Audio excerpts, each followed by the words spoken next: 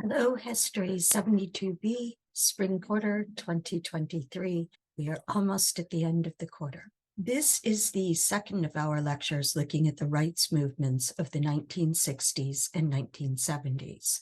This video focuses on the overlap that needs to happen between rights and liberation movements because each person exists across multiple socially constructed categories. In 1989, Kimberly Crenshaw coined the term intersectionality, which many of you are familiar with, and she coined it to explain the way in which the experiences and difficulties of Black women are shaped by the combination of both their gender and their race, with concrete real-world ramifications. For example, policy intended to alleviate discrimination based on gender, which uses white women as the default, or based on race, which uses Black men as the default, will fail to address the issues faced by women of color. In an interview several years ago, Crenshaw gave the example of firms which tout their equality credentials by hiring a few Black men and a few white women. Crenshaw's word has caught on beyond the academic world because it provides a tool to describe long-standing problems. Now people will talk about intersecting categories, not only of race and gender, but of class, sexuality, and more. Asked how she felt about the expansion in the use of her concept, Crenshaw replied, "Intersectionality is a lens through which you can see where power comes and collides, where it interlocks and intersects. It is not simply that there's a race problem here and a gender problem here and a class or LGBTQ problem there. Many times that framework erases what happens to people who are subject to all of these things. One issue is that intersectionality can get used as a blanket term to mean, well, it's complicated. Sometimes it's complicated is an excuse not to do anything. While the right word may not have appeared until 1989, the issues it illuminated were deeply bound up with the rights and liberation movements of the 1960s. The civil rights movement did not emerge in the 1960s as we've seen. It started the moment abolition occurred because legal freedom did not mean being treated as people. MLK came to the fore by 1955, and Rosa Parks was arrested beginning the Montgomery bus boycott in the same year. But by the 1960s, the civil rights movement had gained constant national attention and had given rise to several groups which, like women's suffrage groups, approached their main issue, in this case racism, from multiple directions. One of those groups was the Student Nonviolent Coordinating Committee, or SNCC, formed in 1960. The 1960s were a time of very visible protests, and some of these were led by another society formed in 1960, the Students for a Democratic Society, or SDS. SDS took on multiple issues, but their primary concern was the military draft and U.S. engagement in Vietnam, a proxy war that was part of the containment of communism policy of the U.S. government. Activists Mary King and Casey Hayden were involved in both SDS and SNCC. In 1966, they published in Liberation magazine the final form of a paper which they had presented to both SDS and SNCC, and for which they had been roundly criticized, and in Carmichael's case, Stokely Carmichael's case, outright mocked. They called this Sex and Caste, a kind of memo. Both the SDS and SNCC had completely reasonable aims and protest strategies. They also both had a problem with intersectionality when it came to the treatment of female members. The SDS encouraged men to resist military conscription and service in Vietnam with the slogan, "Girls say yes to boys who say no." This was the era of the sexual revolution, but women's sexuality was still being treated as a reward for men, and the slogan was indicative of deeper issues with male privilege and refusal to let women take meaningful leadership roles in the group. At a SNCC retreat in 1964, SNCC leader Stokely Carmichael was asked, "What is the position of women in SNCC?" He famously responded, "Prone." Now, it doesn't matter if this was just a joke. It was a tone-deaf response to a real issue. In both the SDS and SNCC examples, the problem was that many of the men in the movements considered the difficulties that women faced as secondary, if not completely irrelevant. They sexualized women rather than treating them as valuable contributors and colleagues, and they often relegated women to support roles, in some situations quite literally typing and making coffee. It wasn't just a matter of being made uncomfortable or underappreciated. It was blindness on the part of those seeking justice to other types of injustice. King and Hayden's paper read, in part, many people who are very hip to the implications of the racial caste system, even people in the movement, don't seem to be able to see the sexual caste system. Very few men can respond non-defensively, since the whole idea is either beyond their comprehension or threatens them or exposes them. Their usual response is laughter. King and Hayden were white, but others were experiencing and writing about overlapping discrimination as well. Raised in the South, Pauli Murray studied law at Howard University in order to fight Jim Crow. There, Murray observed, quote, that women were often the objects of ridicule disguised as a joke, as well as that men I deeply admired because of their dedication to civil rights. Men who themselves had suffered racial indignities could countenance exclusion of women from their professional association.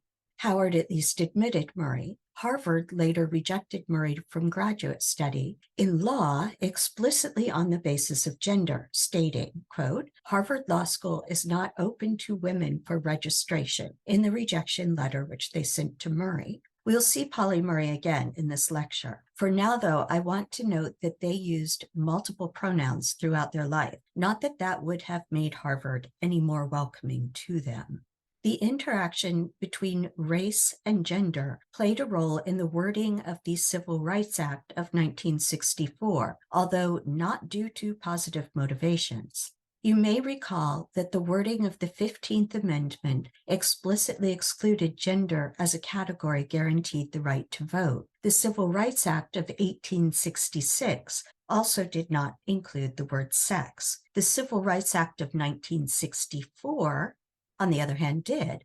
How and why? The word was added by Congressman Howard Smith, a conservative Democrat from Virginia and an outspoken opponent of civil rights legislation. He had two trains of thought for why he added sex to the list of race, color, religion, and national origin. First, he considered the whole notion of guaranteeing equal rights to women so obviously absurd that it would sink the act.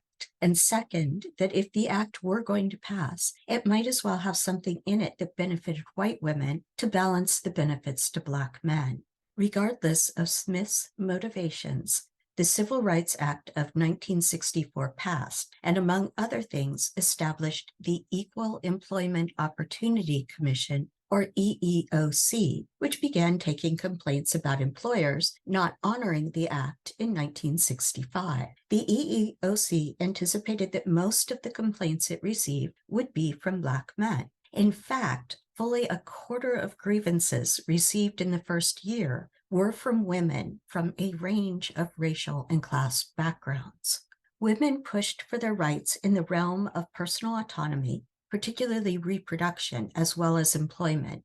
I've set up some of this before, but will give a bit more detail on some points here. Going into the 1960s, access to birth control was limited, both de facto and de jure, meaning in practice and in law, as we've seen with segregation as well. Remember, the FDA approved an early version of the oral contraceptive Enovid in 1960. Prior to that, we are talking about barrier methods. In terms of legal limits to accessing contraception, Connecticut had the toughest laws. In a 1958 revision of Connecticut general statutes, legislators kept a law making all birth control use illegal. And then they expanded it to make even counseling women on the use of the diaphragm illegal. In 1961, Planned Parenthood opened the first birth control clinic in Connecticut since the 1930s. After 10 days, Estelle Griswold, director of the Planned Parenthood League of Connecticut, was arrested under the anti-contraception law. As with cases like Plessy and Brown, the PPLC and Griswold were looking toward the Supreme Court from the very beginning. In fact, they succeeded in getting there. Griswold lost in circuit court and appeals, and the federal Supreme Court agreed to hear the case. In 1965, the Supreme Court handed down a decision backing Griswold and Planned Parenthood. Both the interest in the case and the ruling which was given in 1965 in favor of Griswold extended beyond the narrow issue of birth control availability in Connecticut. Many people now consider the right to privacy a given in the U.S., but in fact, it is not in the Constitution. The first clear statement of the right to privacy was articulated in the ruling of Griswold and was response to societal push towards personal dignity and agency. In a 7-2 vote, the justices ruled that the Connecticut anti-contraception law violated the right to privacy guaranteed implicitly in parts of the Bill of Rights, the Ninth Amendment, and, as outlined in the opinion of John Marshall Harlan, the Due Process Clause and Equal Protection Clause of the 14th Amendment.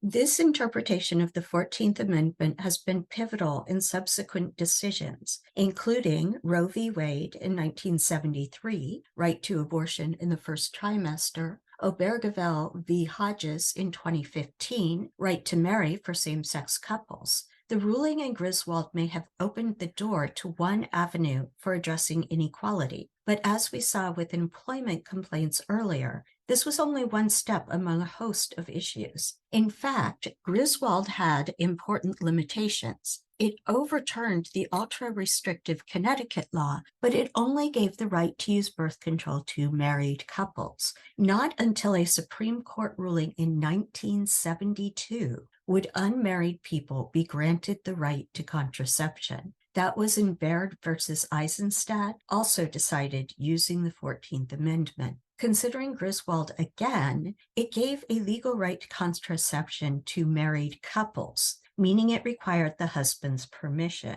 Griswold did not translate into bodily autonomy for women, and it did not free women from social and personal pressures limiting their lives. In 1963, Betty Friedan gave voice to the frustrations of educated middle-class women in a book called The Feminine Mystique. The audience for The Feminine Mystique was largely college-educated women who had given up any sort of career for the suburban married ideal. But working women were also still fighting for rights on the job. Remember that the Equal Employment Opportunity Commission, the EEOC, had been unprepared for the number of complaints that came from women. One of the complaints related to help wanted ads in papers.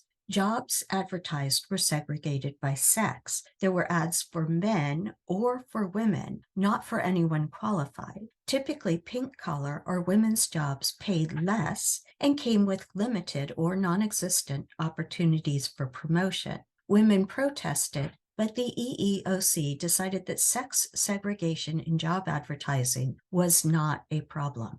Enter Pauli Murray, whom we met earlier, and who in 1965 was a law professor at Yale and a member of the President's Commission on the Status of Women. At a conference, Murray denounced the EEOC's decision on sex-segregated job advertising.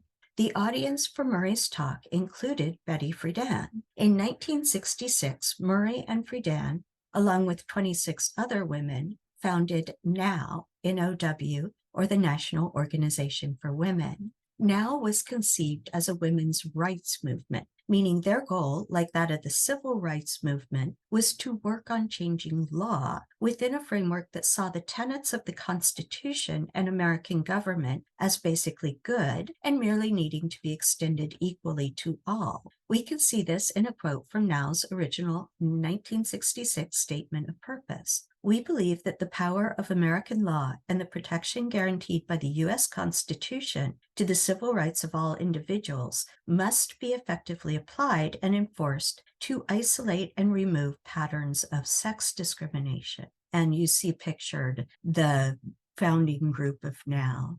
The 1966 statement explicitly acknowledged the, quote, double discrimination of race and sex faced by Black women.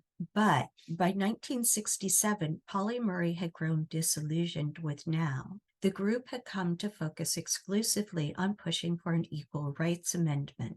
Murray's frustration lay in part with methods. Murray favored working on the 14th Amendment, but even more on the hyper-focus on the ERA and the neglect of strong bonds with other movements, particularly with respect to poverty and race. Now had alienated other groups as well, including many lesbians whom Betty Friedan had explicitly rejected. Now was a women's rights organization. In other words, it was focused on changing law, hence the laser-like focus on the ERA. It had also become a large, centralized organization, which meant that its strength lay in large-scale organizing. Women's marches have a precedent in marches for suffrage. On 26 August 1970, the 50th anniversary of federally granted women's suffrage, now activists organized a women's strike for equality.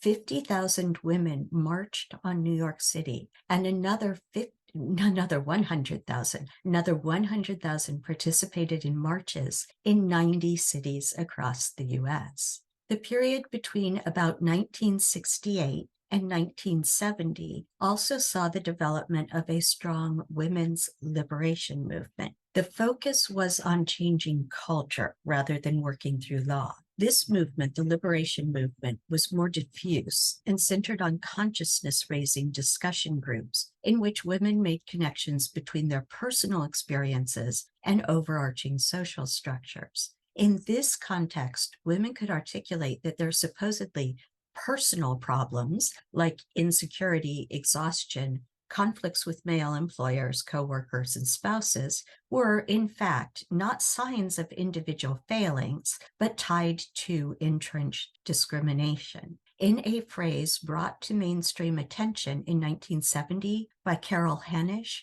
the personal is political. It was women's liberation groups that participated in the 1968 Miss America protest. I won't get into that beyond saying that, sadly, no bras were actually burned. The context of the women's liberation movement saw the rise of small groups, including those formed by Black, Latina, and Asian women, which were better able than a centralized organization like now to understand and address problems resulting from multiple strands of discrimination.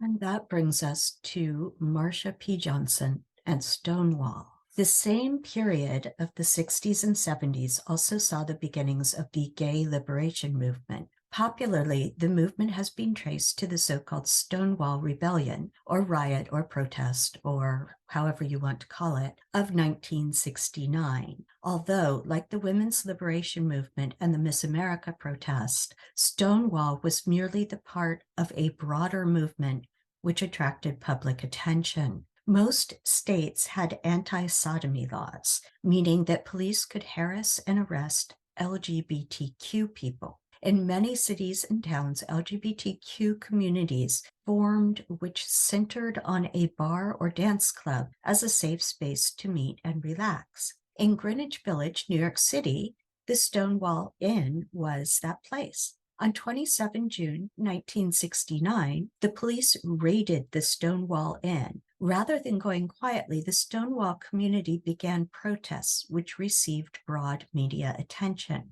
The last bit, the media attention, is important, as similar so-called riots had been taking place elsewhere, including in San Francisco. Stonewall became the emblem for the rising gay liberation movement. Over the ensuing decades, the face of the movement would become largely white and male. As indicated by the name, it also became focused almost exclusively on issues of sexuality and not sex gender. Recently, more people have recognized the role of other individuals in Stonewall. One of the main instigators was Marsha P. Johnson, a trans woman of color. After Stonewall, she continued with activism and support, particularly to helping homeless trans youth in New York City. In 1992, at the age of 46, Marsha Johnson was murdered. This brings us full circle to the issue of intersectionality, as trans women of color are still disproportionately victims of violent crime. Key points for Lecture 24 in Module or Package H. Intersectionality is a useful term for considering the reality created by multiple overlapping oppressions. Issues related to intersectionality, when ignored, can divide those who otherwise might have shared goals.